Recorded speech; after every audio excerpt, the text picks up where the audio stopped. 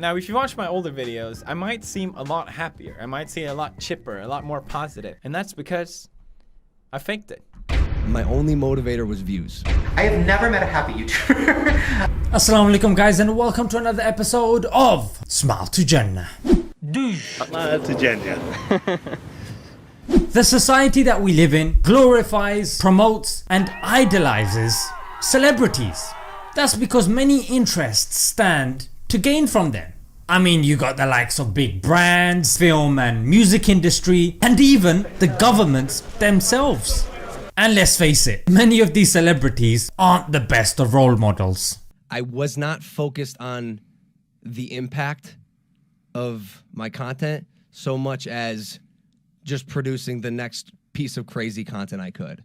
I legitimately did not think about the impact, also didn't really care. I think that was part of the Tokyo problem and the Japan problem. So because of all of this attention on celebrities, we're seeing them on billboards and newspapers and TV. So naturally, the average layperson wants to be a celebrity. But nowadays, a lot of these young guys want to be YouTubers because they feel that's a bit more practical and within their reach. But before that, guys, I want to get across a very important principle, yeah? Which is problems happen to everyone. And naturally, to get rid of them, you have to deal with them. The longer you leave it, the bigger the problem becomes. A really good analogy is like that of a plant. If it's small, it's easier to take out, yeah? However, if you let the plant grow, similarly if you let your problems grow, just like it's difficult to remove the tree, it's gonna be similarly very difficult to remove your problem when you allow it to take root. So in our heads we think if we have more money or possessions or fame, somehow these problems will fade away and solve themselves. But naturally, all these things can really do is either distract you or delay you from solving your problem. And in the meantime, it grows and grows and grows, and eventually, it peaks out and you have to finally deal with it. I had a lot of trauma go on, like during the process of becoming champion. I lost like uncles who were close trainers and lost children at birth and stuff like that. And I put it all to the back of my mind because I didn't want to think about it. I never had time to think about it at that time. Yeah. I was too focused on achieving my goals. All my eggs were in one basket. Yeah. And that basket was to defeat Klitschko and become the heavyweight champion of the world. And I knew that when I did that, then I wasn't going to have a goal anymore. Yeah. And there was nothing more to strive for. And it all came crashing down. I was so unwell at the time. I lost the passion to be alive. And let's face it, a lot of the people that we look up to have admitted themselves to being fake. I mean, let's look at the prank guys. But then I came out with a really long video basically saying pranks are fake, social experiments are fake. First of all, those pranks on them are like fake. My vlogs are like, it's like lightly scripted, and so when all of those pranks, I like tell them I'm gonna do it. These guys are very big YouTubers and look how casually they're just saying that. Now, if you watch my older videos, I might seem a lot happier. I might seem a lot chipper, a lot more positive. And that's because I faked it. I thought that for people to want to watch my videos, I would have to be happy. I would have to force positivity. And I think it's safe to say it worked. Like, I'll even have family members say to me, you know, because in real life I'm kind of quiet and kind of like to myself a little bit. So most YouTubers aren't even themselves in their videos. And naturally, if you're not being yourself, eventually it is gonna get to you. And those of us that still think money can make you happy, if it could, why isn't it working for these people? I was like, oh my God, one day if I get rich, I'm gonna be so happy and I'm gonna have everything I've ever wanted.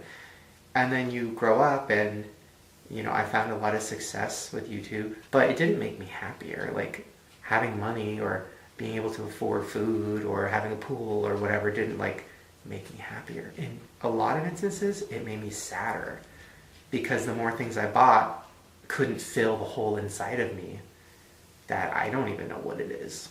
And with people who want to be YouTubers, it's all about chasing the views. My only motivator was views. I wanted views. because views equated to money, views equated to subscribers, which equated to success. And I started to skew the person that was Logan Paul. And another reason why we want views, other than money and being famous, is the need to feel validated and loved and adored by other people. Why? Well, this could be maybe you didn't receive that love from your father or mother when you were young, and because of that now you felt insecure, but as your body changed you started getting attention from other people and you loved that, and that's probably because why you display yourselves to other people, because that's the only way you know to get validation. But that's not really going to solve your underlying problem. Your underlying problem, it's still there. Displaying your body is a temporary fix, yeah, and ultimately it's going to make your situation worse, because you're going to attract the wrong people. Eventually it's going to get to you what you're actually doing. It's going to affect your future. So in reality, it's best that we're more introspective and speak to a cognitive therapist or somebody with knowledge that can actually sift through the emotional baggage and get to the root problem. Or if you're able to do that yourself, write it down. And sometimes when you write things down, it's easier. We can say, oh damn, this is linked to this issue that happened, or this that happened in my past. And once we can identify it, we can deal with it. And of course guys, if our love or validation relies on other people, let's face it, other people, they have mood swings. One day they love you, the next day they don't, because it really does depend what they get from you. And also they can leave you, yeah, like in a relationship, and leave you heartbroken, or they can die and pass away. So your validation and love needs to come from yourself. And not to mention, if you are being fake for such a prolonged period of time, eventually that in itself is gonna get to you. In fact, in psychology there's a term called cognitive dissonance. That means when there's two contradicting ideas in the brain and you just can't handle it, and it comes out in a negative way. The more I was changing, the more I was realizing that this character of like Logan Paul vlogs is just not me. And we have footage of me on camera just like becoming frustrated with having to fake this energy on camera. It put me into like a mild depression. It was the worst part of my life, and it forever will be the worst part of my life. You see, to get certain views, you have to post silly stuff or controversial stuff. And how long you gonna post that? Eventually you're gonna grow older and it's just gonna make you think like, what on earth am I doing, for God's sake? Is this really me? And unless you're doing something meaningful, it doesn't last very long. I got in a cycle where my actions every day were reinforced by views. I knew that the crazier, more inappropriate things I did would get views. And so in my mind, this was a good thing. Everything I did was supported by an audience, and in my mind that meant success, when in reality that's not the case. Yeah, even these YouTubers like KSI and all these, even Tupac and Eminem, eventually as they grew older, they matured and changed and evolved.